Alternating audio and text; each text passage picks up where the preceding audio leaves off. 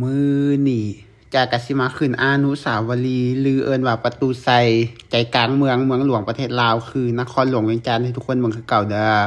ทุกๆครั้งที่จอยมานครหลวงจอยจะต้องมาขึ้นชมวิวเพื่อชมเบิ่งว่าเมืองนครหลวงเวียงจันทน์เมืองหลวงประเทศลาวมันพัฒนาไปส่ำใดแล้วไปเบิ่งกันเลยอย่างแรกเลยเราก็ต้องเอิ้นรถก่อนทุกคนเราต้องเข้าแอปหาเอิ้นรถแท็กซี่ให้รถเขาเจ้ามารับเราก็สิขี่รถไปมื้อนี้จอยก็คือจะไปนำลูกไอ้ลูกน้องแบบว่าพี่น้องมาแต่บ้านคือการแบบนี้นะมาที่มาเล่นอยู่เวียงจันทน์อย่างแบบนี้ก็เลยเวลาว่างก็พากันไปเลาะหาเที่ยวส่วนจอยก็สิพาเพิ่นอย่างแรกว่าไปขึ้นอนุสาวรีย์ชมเมืองหลวงประเทศลาวก่อนเราบอกว่าเคยไปถ่ายรูปทางหนุ่มอยู่แต่บ่เคยขึ้นไปทางเทิงอยากรู้ว่าราคาแพงหรือว่าถูกราคานี่ก็คือสำหรับคนลาวคนละ 5,000 กีบถ้าเป็นเงินบาทก็สิประมาณคนละ8 บาทซื่อๆทุกคนราคาบ่ได้แพงเลยเพราะฉะนั้นเวลาจอยมาฮอดนครหลวงเวียงจันทน์ทุกครั้งจอยก็ต้องมาขึ้นชมวิวเมืองนครหลวงเวียงจันทน์ทุกคนเพราะว่าราคามันบ่ได้แพงราคามันคนละ 5,000 กีบหรือเอิ้นว่าหรือประมาณคนละ8 บาทซื่อๆนะถ้าเป็นเงินบาทถ้าเป็นคนต่างประเทศก็สิประมาณคนละ50 บาทประมาณนี้นะทุกคนคือบ่ได้แพงเฮาเบิ่งว่าอยู่ทางรูปมันทุกคนคือว่ามันบ่ได้สูงอีหยังหลายมันคือว่าเตี้ยๆแต่พอขึ้นไปทางเทิงมันก็คือว่าสูงอยู่เด้อทุกคนแต่ว่าถ้าว่าสูงทั้งหมดจักสันก็น่าจะประมาณ8-9 สันประมาณนี้บ่มันก็บ่ได้สูงอีหยังหลายแต่ว่าสำหรับเฮาถ้าอีหยังที่แปลกตามันก็สูงไปหมดนั่นล่ะเพราะว่าอยู่บ้านเฮามันบ่มีวันสูงแบบนี้ให้เราสามารถขึ้นไปชมวิวอีหยังแบบนี้นะทุกคนมาฮอดแล้วก็ต้องลงรถแล้วก็สิมาถ่ายรูปอยู่ทางหลุมจักหน่อยนึงทุกคนแต่ว่าสิว่าอยากถ่ายอ้อมๆแต่ว่ามันแดดแฮงโพดมันสวยนะก็เลยแบบว่าบ่ฮู้สิถ่ายจังใดมันก็บ่แจ้งบ่งามปานใดแต่เพราะฉะนั้นเราก็เลยว่าจะไปถ่ายอยู่เทิงให้เบิ่งเลยอย่างแรกเลยก็ต้องเข้าไปทางในก่อนทุกคนเข้าไปทางในก็จะไปซื้อปีเพื่อขึ้นไปชมวิวเด้อก็สิมี1ประตูทางขึ้นแล้วก็1ประตูทางลงส่วน2ฝั่งเขาก็สิบ่2ขาจะว่าจังได๋ทุกคนว่า4ขาบ่เพราะว่า2ขาเขาเจ้าสิปิดแล้ว2ขาเขาเจ้าสิเปิดอหยังประมาณนี้นะเฮาก็ขึ้น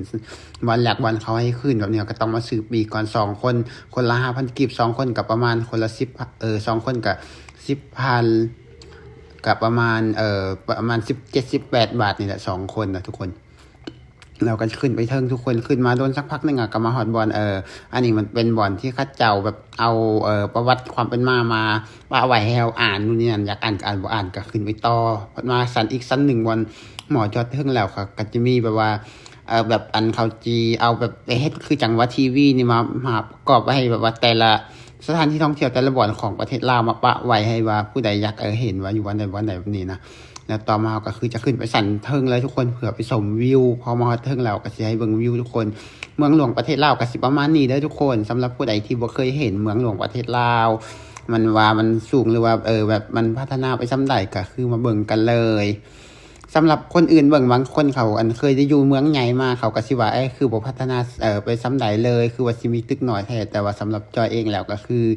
ส่ำนี้มันก็พัฒนาไปเริ่มไปเรื่อยๆแล้วเพราะว่าปีที่แล้วจอยก็มาขึ้นช่วงก่อนก็มาขึ้นมาทุกเกือบ2-3 เดือนจอยจะมาครั้งนึงทุกๆครั้งที่จอยมาจอยต้องมาขึ้นทุกคนเพราะว่าราคามันบ่ได้แพงอีกอย่างเขาก็อยากรู้ว่าเมืองหลวงประเทศลาวมันพัฒนาไปส่ำใดแล้วแบบนี้นะทุกคนเขาก็เลยต้องมาขึ้นเพื่อชมวิวนู่นนี่นั่น